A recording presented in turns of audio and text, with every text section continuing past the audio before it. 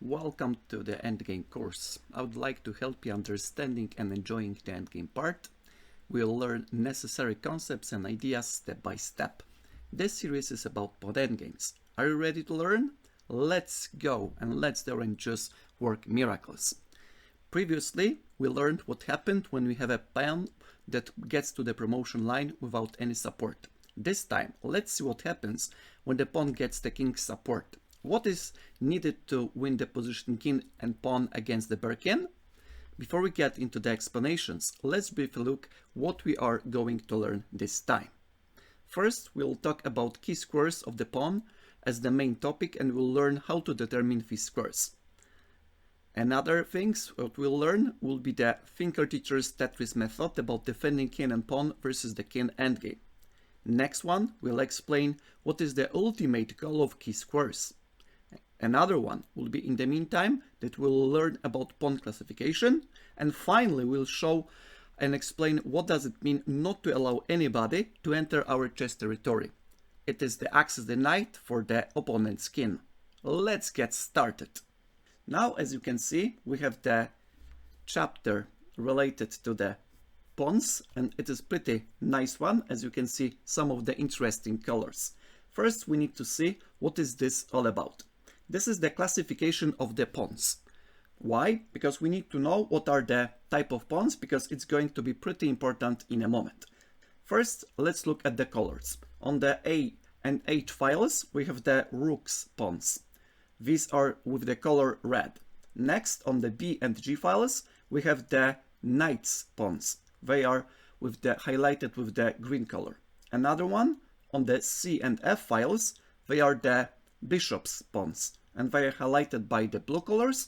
And the last one, on the central files D and E, we have the pawns, as you can see, highlighted by yellow. Therefore, this is the pawns classification. I hope you understand the point of this in a moment, but now this is it. Let's get for the next one. Now we can see about the idea what does it mean to fight against the pawn that is on the A or H files, so-called rook's pawns. Therefore, let's think. What happens when we have the rook's pawn and want to win by promoting the pawn? What are the necessary elements to reach this goal, you may ask? And in a moment we'll just get into this a little bit deeper. First, we need to see the situation that the pawn is pretty much advanced, and the black king, even if it is black to move, cannot get into the square of the pawn. Therefore, even without the support of the white king, the pawn marches towards the promotion, and black king cannot do anything. Even if he wants to get pretty quickly into the pawn, it is too late, because the black king was not in the pawn box, therefore it couldn't reach the pawn. Therefore, even with the rook's pawn, you need to get into the pawn box. Another idea that the king cannot get into the pawn of the promotion, called pawn box, is the idea that the king can block the king's entrance into this pawn box. Why is that? Because at this moment, as you can see, the pawn box is highlighted by the green arrows, and the king, white king, is not allowing the black king get into any of these squares that they need to get into the pawn box in order to stop the pawn. These are the squares e6, e5, and e4. Therefore, neither of these squares can be approached by the black king. Therefore, white pawns go forward, and the black king cannot reach this pawn. Even if the king gets up to the top of the board, it is too slow and it cannot reach the pawn because it is one square too late. And that's what we mentioned at the beginning. If the king cannot get into the square of the pawn box, it cannot stop the pawn from promotion. And the last idea is the idea related to the pawn that is going to the promotion, but this time the king cannot reach the pawn even if it gets into the promotion due to the special condition. Let's look about this. First idea is that the king gets into the promotion, into the pawn box, and therefore the pawn will be stopped from promotion. But there is the exception. Why? Because now the pawn moves forward, and the pawn takes off the square the king can go, and the king takes another square. Therefore, black king cannot reach the pawn, and next move, white pawn is getting promoted. Therefore, another idea that you need to know, that sometimes there could be some exceptions. And now let's get into the situation, what is possible and what are the ways how to defend when we have the pawn into the promotion that is on the A or H files, so-called rook's pawn. In general, there are two ways of defending against this type of endgame. First is to block the pawn with your king. If the king is standing in front of the pawn on the same file, and if the king has one of these four squares covered, highlighted by the circles, then the king is able to stop the pawn from promotion. What is the next way, you may ask? Another way to stop the pawn from promotion is when the king of the stronger side stops the pawn from getting forward because it is sitting on the same file. This time, as you can see, white king is on the same file as the pawn, therefore it blocks the pawn's path to the promotion. And if black wants to draw this position, they need to reach one of these two squares highlighted red in order not to allow the king to escape in front of the pawn. Therefore, white king is going to be closed on the edge of the board and it cannot move forward. If you have the rook's pawn, if white is on the move, black is going into one of these three squares next to the corner. In overall, there are four squares if you just take into the corner square as well. And therefore, no matter what white does, black is going back and forth onto one of these four squares. And in a moment, you can see that either white gives up the pawn, either they just make a stalemate. Now, if the pawn gets into the 7th rank with check, as you can see, now the king must get into the corner. And after getting into the corner, white has two options. Either get outside this square to protect the pawn and black captures the pawn and it is game over, or just to defend the pawn from the only square and then the black king is stalemated, black king doesn't have any legal moves and is not attacked. Therefore a draw as well due to the stalemate.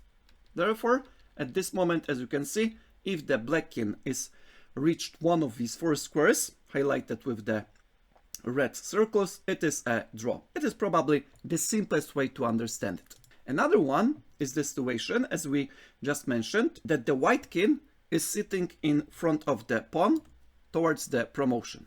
And therefore, black is just trying to reach one of these four squares, as we just mentioned.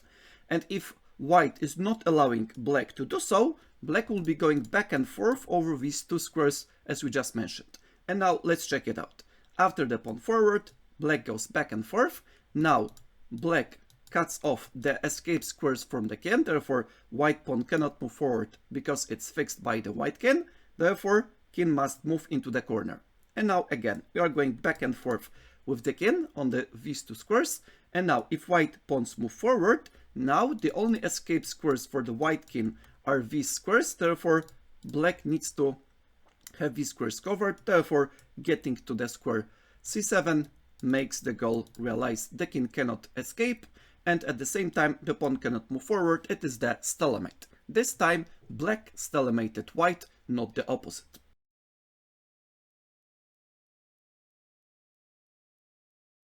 And now another topic that probably may be really important to you if you would like to know what happens when we have the pawn, but the pawn is supported by the king. What happens then? It is pretty important to know, because if you understand this topic, it's going to be a way easier to determine more difficult endgames, therefore the basic one.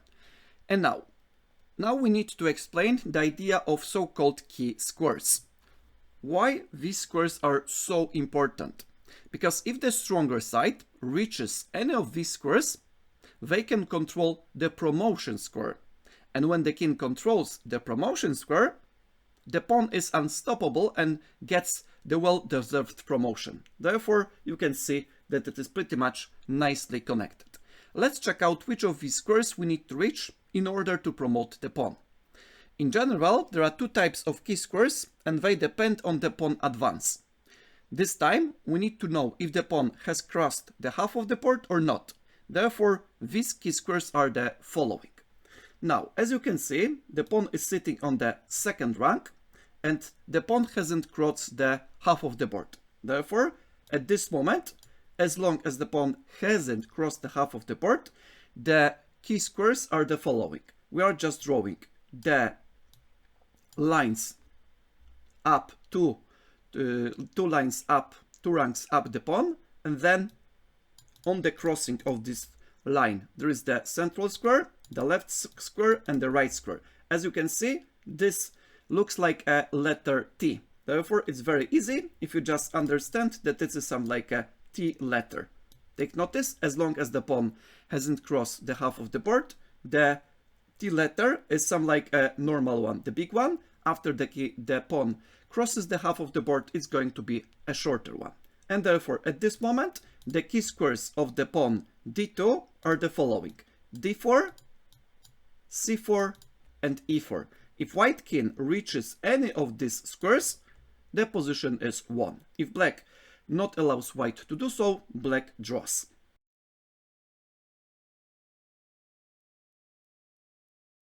Now another one. If the pawn is on the third rank, of course the pawn hasn't crossed the half of the board. Therefore, the same rule applies. First, we draw the lines 2 ranks above the pawn, then the central square with the same file, the left square and the right square. And now, as you can see, this is going to be the same as previously, the letter T. The letter T, like Thinkerteacher or like Tetris. It's up to you. If the pawn is close to the half of the board, but it hasn't crossed it as yet. Therefore, be careful, because sometimes this is one of the misconceptions of the players, that they think that the key squares are a little bit closer to the pawn. No, they are not, because the pawn hasn't crossed the half of the board. Therefore, the same rule applies. We are just drawing the lines from the left to the right.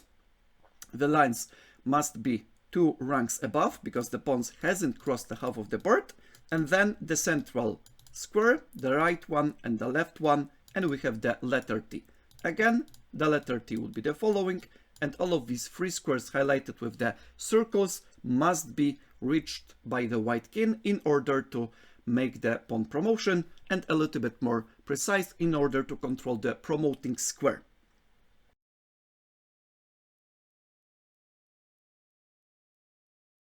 This time the pawn has already crossed the half of the board. Therefore, the rule is a little bit different. Previously, we were drawing the lines of the key squares for the pawn 2 ranks above. This time, if the pawn has crossed the half of the board, we draw the key squares just 1 rank above.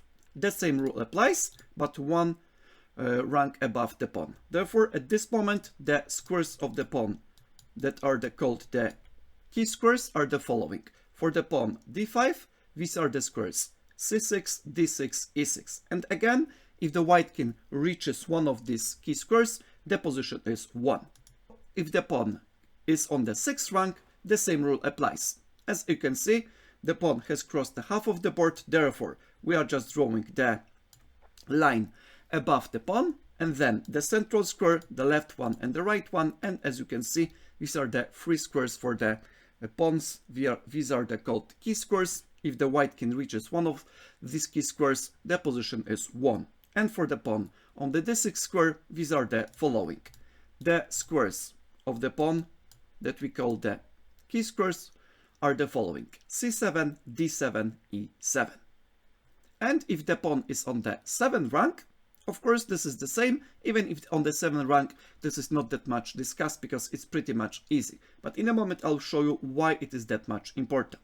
On the 7th rank, these key squares are the same one, but the most important is that white king, in order to promote the pawn, needs to control the key squares. And therefore, if the white king would be already on one of these 3 squares, then the king can get outside, either left side or the right side, and then the pawn promotes, because if the king would be in one of these squares, not in front of the pawn, but next to the pawn, then the king protects the pawn for the promotion, and then the black king cannot capture the pawn. That's why it's going to be an easy win. And for example, if white would be on the move, this is the winning position. Take notice that all of these 3 squares, as we can see, are highlighted by red, are controlled by white. Therefore, even if the king gets closer and having the promotion of the pawn control, white is having the promotion control as well. Therefore, if the pawn can move forward, the pawn promotes into the queen, and the king cannot capture the new promoted queen. Therefore, white wins.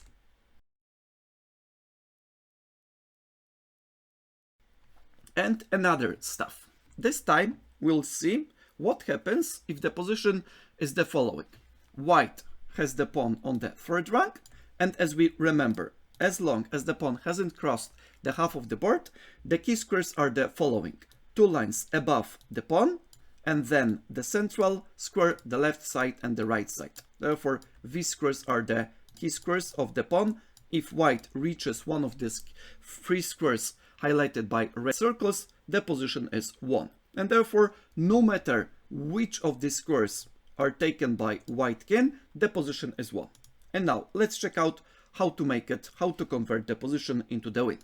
Now, the king moves forward, and now at this same time, if the pawn moves forward in a moment, again, white king will be able to reach one of these 3 squares. Therefore, let's pretend black gets into the left side of the board. White gets into the square e6 in order to be on the key squares if the pawn advanced 1 square. Therefore, at this moment, it is already winning. And if the king gets into the square d8, white gets into the square d6. And again, if the pawn moves forward, they are already on the key squares. Therefore, if black gets in the right side, white pawn moves forward. It gets into the black side. And now again, if the pawn is onto the 5th rank, then the pawn has crossed the half of the board. Therefore, then if white is in one of these blue squares highlighted, then the endgame is won. Therefore, at this moment, white can push the pawn forward safely. And if black gets on the right side, on the left side, white gets into the right side. And then, as you can see, all of these 3 squares up to the promotion are covered by the king, and the white king is having the control of the promotion square. Therefore, the position is won. And now what happens if we have the same position, but this time we'll have the black to move? And now let's have a look. If we have black to move, we have the specific situation that we need to know how to defend this position, not to lose it. And there is some kind of Tetris method created by ThinkerTeacher of defending this position, and I'll let you know how it looks like and how to apply it.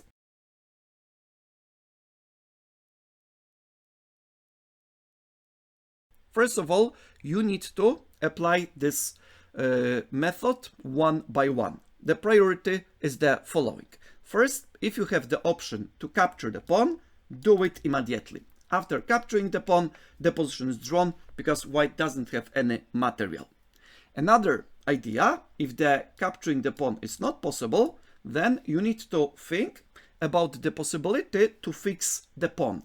Fix the pawn means to put the king in front of the pawn, making the pawn immobile. And now, if you cannot capture the pawn, if you cannot fix the pawn at the same file as the pawn, then there is another idea to have the king on the same file, but not fixing the pawn, but being on the same file on so-called reserve square of the blockade. And now, if these 3 ideas are not sufficient, we need to have the last one. The last one would be the following. Take notice, as previously, as we just make the letter T, as we just remember, this time we just have the explanation of this letter. First was the idea of capturing this pawn. If this is not possible, we are just fixing the pawn. If this is not possible, we are just getting the king in front of the pawn on so-called the square of the blockade.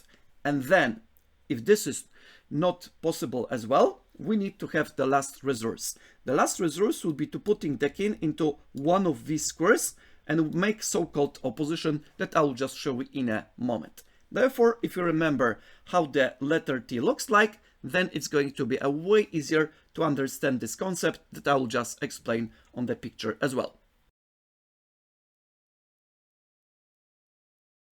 And now let's check out how it goes with the position to make black draw this game. Now, black gets forward in order not to allow reaching any of these squares from the pawn d3 because these are the key squares, and now white is forced to go on the left side, on the right side. If white gets on the left side, black does the same. Take notice that they are having all of these squares covered, therefore they are in so-called opposition, and therefore white king cannot move forward. And then, if the white king gets into the middle of the board, black does the same, every time having these squares covered, because these are the key squares of the pawn, and if the king goes on the right side, black does the same. And now, of course, if there will be the, let's say, repetition and going backwards for both of the sides, this is so-called three-fold repetition, and the game will be drawn as well. Of course, if white wants to make the progress, finally, they need to move the pawn forward. And now, again, we need to ask the questions. The questions are the following. Capture the pawn, fix the pawn, put the king on the reserve square, and use the so-called opposition to stop the king from advancing. And now, first, can we capture the pawn? No. Second, can we fix the pawn, putting the king in front of the pawn? No. Third, can we put the king into the square of the blockade? Yes. Therefore, we do it. Now again, the king cannot move forward because these squares are covered by the black king. Therefore, now white needs to push the pawn forward in order to make the progress. And again, as the defending side, we ask the following questions. First, can we capture the pawn? No, because it's protected. Second, can we fix the pawn? No, because we need to make a move. We are already fixing the pawn, and therefore we need to have another point from our list to make it possible to draw. First, capture. Second, fix. And third, put the king into the square of the blockade on the same file. And now we can make it, therefore we do it. And now, again, pawn cannot move forward because then we'll be capturing the pawn immediately, having the draw due to the lack of material. Therefore, white needs to advance with the king. And now, as we can see, again, the first rule. Can we capture the pawn? No. Can we fix the pawn? No. Can we have the square of the blockade? No, because we are already on the square of the blockade, and we must make a move. And now, what needs to be done? If you remember the letter T, as I just mentioned before, now you understand what would be the move. Because all of these options were exhausted, and now we need to have the same position as the white king, having the king into so-called opposition. And now at this moment, again, opposition does not allow white to advance with the king, therefore they must push the pawn forward. And now we ask again, can we capture the pawn? No. Can we fix the pawn? Yes. Therefore, let's do it immediately. And again, white pawn cannot move forward because it's fixed. White king cannot penetrate on the e6 square because it's covered by the king. Therefore, white king must get into the square onto d5. And now, very important moment. Again, ask the same. Can you capture? No. Can you fix? No, because you're already fixing. You must move. Then, the third option, can you get into the reserve square of the blockade? Yes. Therefore, we do it. And now the white king can get into either of these two squares, because if the pawn moves forward, king captures the pawn immediately, resulting in a draw. Therefore, if the king gets into one of the sides, the black king will be having the mirrored move. For example, if the king gets into the left side, into the c6 square, as we can see, the letter T again, and we exhausted all of the options. Capturing, fixing the pawn, having the square of the blockade. Therefore, we put the king on the same side as the opponent's king, and making the so-called opposition and a draw. And now again, if white push the pawn forward, and take notice, the rule will be following. If the pawn gets into the 7th rank with check, then the position is drawn. Therefore, at this moment, of course, the only logical, not legal, but logical move is to block the pawn with the king. And now the same situation as previously. If the king step back, not protecting the pawn and one of these squares, then the king captures the pawn, game over. And there is only one square that white king can protect the pawn, but it results in a stalemate due to the lack of moves by the black king, and black king is not attacked, not having any moves, it's a draw. Therefore, as you can see, we just make this rule of capturing, fixing the king, putting the king into the reserve square of the blockade, and using so-called short opposition pretty easily learn with the idea of the Tetris, ThinkerTeacher, or the T letter. And now let's get into the next position. Now another position is the position that it is pretty interesting one, because this is the position with the knight pawn.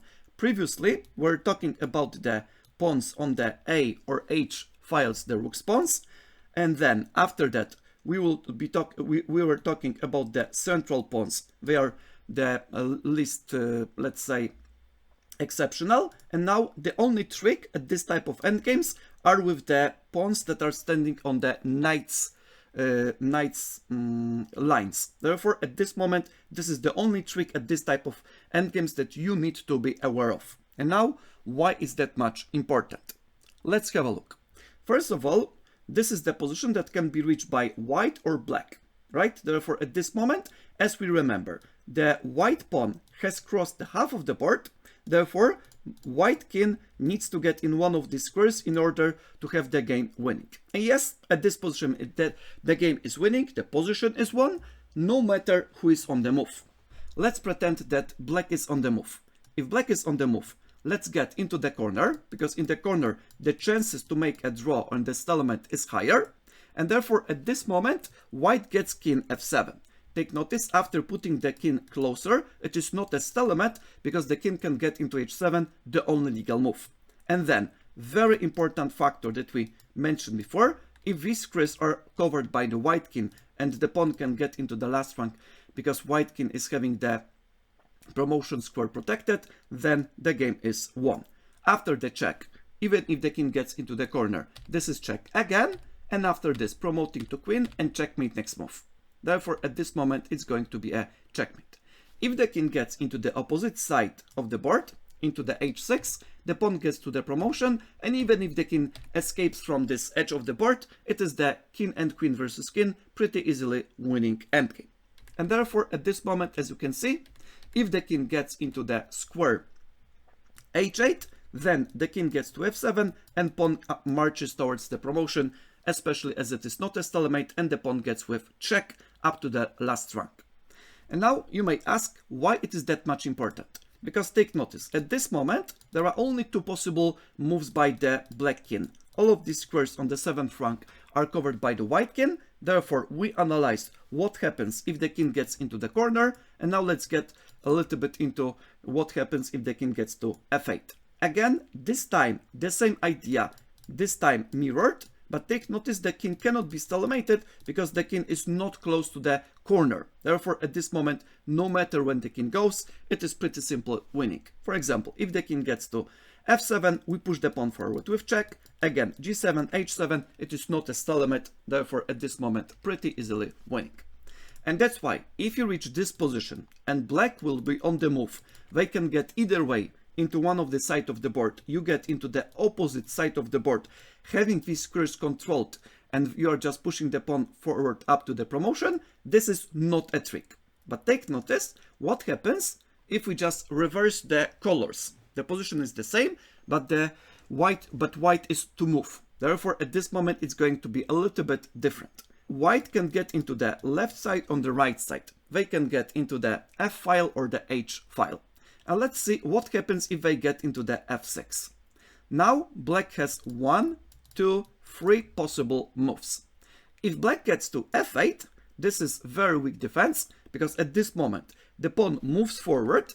After that, if the king gets into the corner again, trying to hold on, take notice the pawn pushes forward up to the 7th rank, is getting into the 7th rank without check, and now black has the only legal move. And after that, as you remember, these squares are covered by the white king, and the pawn promotes next move. Take notice that the only legal move by black is getting to h6, the same as the previous example, and of course we can just have a checkmate executed very quickly. Therefore, at this moment, if black would be defending very bad, very weak, it is pretty easy to win. Now, after king f8, we have just analyzed. What happens after king gets to h8? Is it any difference, or maybe this is another weak defense? As you can see, we reached the same type of position that we already analyzed. This time, black has the only legal move. It is not a stalemate, And after the only legal move, we have the same sequence of the moves as we already analyzed in the previous example. And as you can see, even if they can step back, we checkmate with king and queen, and therefore at this moment it's a pretty easy win. And therefore you may think, after king f6, that all of these replies are pretty easy, we do not need to think, but take notice there is one more reply we haven't analyzed. We can get with the king up to the 7th rank, king h7. And now, very important, even though the position is still winning, if white is a little bit not patient and they are just going pretty quickly into the promotion with the pawn, putting the pawn forward check, it's a blunder. At this moment, the position is no longer winning. Why is that? Because at this moment, the chances for stalemate is very, very big. And now, what happens? Where the black king should go? Either to h8 or to g8. If the king gets to g8, then the pawn gets to the 7th rank without check. The king must get, maybe I'll just show you, the king must get into the h7, and again, all of these squares are covered by the king. Black needs to get the king f6, and there is no stalemate. Therefore, if black plays badly, then it is possible to win as well. But what happens if black plays perfectly? At this moment, take notice that the king doesn't have any legal move except g8. And therefore, if white gets with the king closer, they just stalemated the king because of the pawn covering the h7 square. But you may say, okay, but we can go with the pawn, right? Yes, but take notice, as we just mentioned before, if the pawn gets into the 7th rank with check, the position will be drawn. King just blocks the pawn, and again, if the king step back and not protecting the pawn will be captured by the black king, and if the pawn is protected, the black king doesn't have any legal moves, therefore it's a stalemate. Therefore, be careful, because this is the exception you need to be aware of, but it is only possible if this is the pawn, this is on the knight's line. Therefore, if the pawns are on the other one, we just discussed the pawn on the rook's files.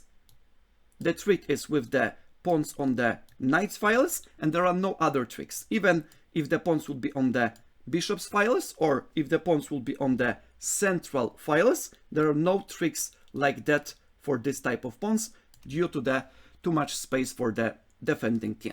And therefore, at this moment, I guess you understand the idea. What could be done at this position to win it? Because previously we just looked at the position that it was drawn, but maybe let's check out what happens to make it the position winning. Instead of getting the king up to the square f6, we get onto the opposite side, h6. Remember, if there is the pawn on the knight's file, we get into the edge of the board. And then the position is pretty simple.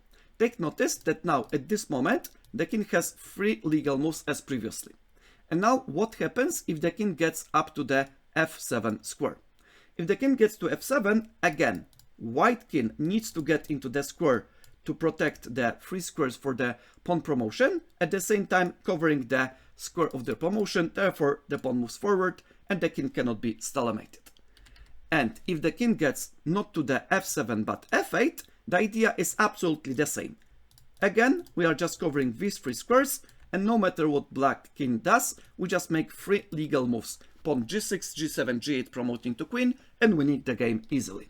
Therefore, at this moment after king h6, if the black king gets into one of these 2 squares on the f file, white gets the king into the h file h7 and pawn marches to the promotion. But what happens if the king gets into the corner, you may ask? Then we push the pawn forward. Now black has the only legal move to g8, and again, as we just remember, if the pawn gets into the 7th rank without the check, then the position is won. As you can see, the pawn reached the 7th rank without the check. Now black has the only legal move to f7, and the same idea as previously is just at the board. Therefore, at this moment, no matter what black king does, we have just pawn into the promotion, and we are just checkmating king-queen versus the king. And therefore, this is the only exception you need to know about these pawns. All of the other ones are not that much, let's say, important. You can just figure it out by yourself without any problems.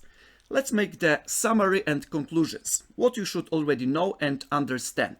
First of all, we just learned about key squares of the pawn that these are the ones that are used to determine if the king can control the promoting square, forcing the opponent's king to give ground, and then help the pawn to promote.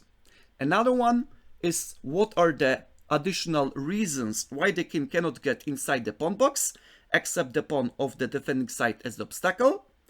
Another one, what are the types of pawns and why some pawns are tricky when we want to promote the pawn. Next one, why the rook's pawns give the most options to hold the position and secure a draw, and what are the key squares connected to such pawn. Another stuff that we have learned this lesson is what are the key squares of any other pawns except the rook's pawns, and how to determine and remember these. Next one is what is the goal of reaching these key squares that we're talking about, and why it does not matter. And the last two, what are the ways of defending this endgame king and pawn versus king, and what is the Tetris method created by ThinkerTeacher all about. And the last one, what is the only trick you need to be aware of when we want to promote the knight's pawn. And now I guess you understand this stuff after the lesson is over. Take notice that if you need, sometimes you need to watch this lesson again and set up the position on your board. And if there is something that you do not understand, you can just put the comments below the video. I'll try to read it and answer this. And if you understand everything, we'll get into the next stuff very, very soon. And again, we'll be learning about this stuff, and the pawn endgames will be having more and more ideas understood. Thank you very much for being with me. Thank you very much for the support, and see you next time. Take care and see you next video.